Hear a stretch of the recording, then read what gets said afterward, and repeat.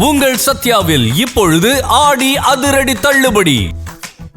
எத்தனை வயதானாலும் வாலிப கவிஞர் அப்படிங்கிற பெருமைக்குரியவர் நம்முடைய பாடலாசிரியர் கவிஞர் வாலி அவர்கள்.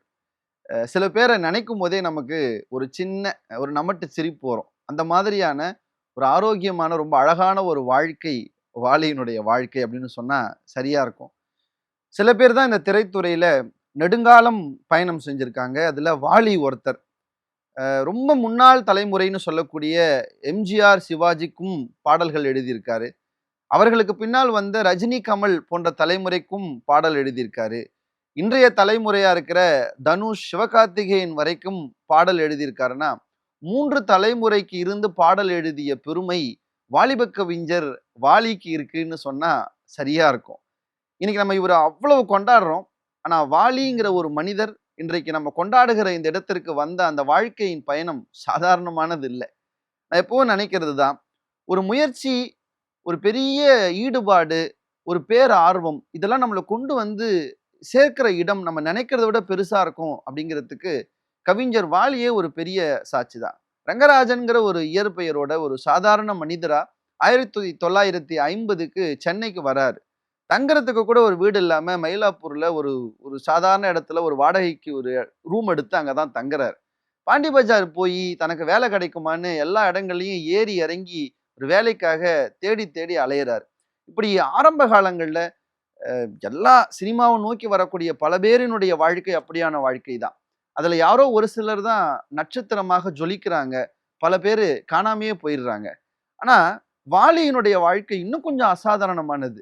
ஏன்னா நம்ம நிறைய பேர் ஒரு விஷயத்த சொல்லுவோம், என்னால ஏன் ஜெயிக்க முடியல தெரியுமா, என்னை விட அங்க ஒருத்தர் ரொம்ப பெருசா இருக்காரு, என்னை விட அங்க தேவையே படாத ஒரு சூழல் அங்க இருக்கு அப்படின்னு நிறைய பேர் ஒரு விஷயத்த சொல்லுவோம். நீங்க யோசிச்சு பாருங்க, வாலி திரைத்துறைக்கு வரும்போது கண்ணதாசன்கிற ஒரு பெரிய இமயம் காலூன்றி நின்ற நேரம் அது. எல்லாரும் கண்ணதாசனை நோக்கி அப்படி விட்டில் பூச்சி மாதிரி போய் விடக்கூடிய அந்த தருணத்துலதான் வாலிங்கிற ஒரு சாதாரண ஒருத்தர், ஒரு யங் மேன் அப்படின்னு இண்டஸ்ட்ரிக்குள்ள உள்ள நுழையிறாரு. அவருக்கு இதய கம்பளம் ஒரு முதல் பட வாய்ப்பு கிடைக்குது. அதுலதான் அவர் எழுதின பாடல் இன்றைக்கும் நம்முடைய மனதிலே நீங்காத இடத்தை பிடித்திருக்கிறது. கற்பனை என்றாலும் கற்சிலை என்றாலும் கந்தனே உனை மறவேன் அப்படின்னு அவரு எதை நினைச்சு எழுதினாரோ இன்னைக்கு வரைக்கும் கந்தனை மட்டும் இல்ல வாலியையும் மறக்க முடியாத அளவுக்கு இன்னைக்கு ஒரு நிலைமை இருக்கு. அதுக்கப்புறம் எம்ஜிஆருடைய அறிமுகம், படகோட்டி படம் வருது. அதுல எல்லா பாடல்களும் எழுதுற வாய்ப்பு வாலிக்கு வருது. நல்ல ஒரு விஷயத்த ஞாபகம் வச்சுக்கணும், நமக்கு வாய்ப்புங்கிறது எப்பயாவது தான் வரும். அது எப்போ வரும்னு சொல்ல முடியாது. நம்ம எல்லா நேரங்களையும் அதுக்கு தயாரா இருக்கணும் அப்படிங்கிறதுக்கு வாலியினுடைய வாழ்க்கை ஒரு பெரிய சாட்சி. இந்த படகோட்டி படத்துல அவர் எழுதின எல்லா பாட்டுமே ஹிட் ஆகுது. தரைமேல் பிறக்க வைத்தான், எங்கள் தண்ணீரில் மிதக்க வைத்தான்ங்கிற பாடலா இருக்கட்டும், கொடுத்ததெல்லாம் கொடுத்தான், அவன் யாருக்காக கொடுத்தானுங்கிற பாட்டா இருக்கட்டும். இந்த பாட்டு முடிஞ்சு, படம் முடிஞ்சு, இந்த பாடல் வெளியே வரும்போது வாலிக்கு கட்டுக்கட்டா கடிதங்கள் வந்தது அப்படின்னு சொல்லுவாரு. அந்த கடிதம் முழுக்க என்ன இருந்துச்சான்னு தெரியுமா, ஒவ்வொரு கடிதமும் நான் தற்கொலைக்காக போனேன், உங்கள் பாடல் என்னை தற்கொலையில இருந்து மீண்டு வர செய்தது அப்படின்னு சொன்னாங்க. அந்த அந்த அதுவும் குறிப்பா அந்த ஒரு பாடல் எத்தனை பேரை காப்பாற்றியது அப்படின்னு வாலியே ரொம்ப நெகிழ்ந்து சொன்னதை நம்ம பார்க்க முடியுது.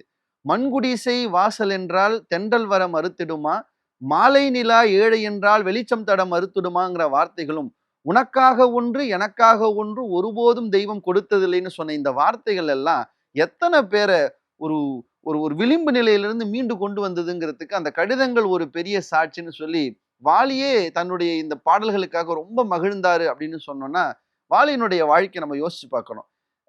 வாலிப கவிஞர்னு ஒரு வார்த்தையை சொன்னேன், அதுக்கு பின்னாடி ஒரு வரலாறு இருக்கு.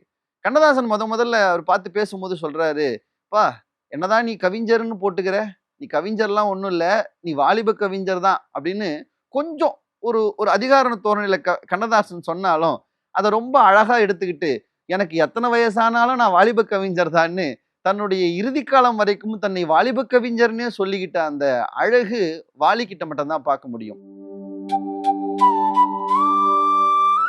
வாழ்க்கையில எத்தனை சோதனைகள் வந்தாலும், எவ்வளவு துயரமான விஷயங்கள் நடந்தாலும், எவ்வளவு இடர் வந்தாலும் அதை ரொம்ப ஜாலியா கடந்து போறதுக்கு முயற்சி ஒண்ணு கையில இருந்தா போதும் அப்படிங்கிறதுக்கு நம்முடைய வாலிப கவிஞர் வாலியே ஒரு பெரிய சாட்சி.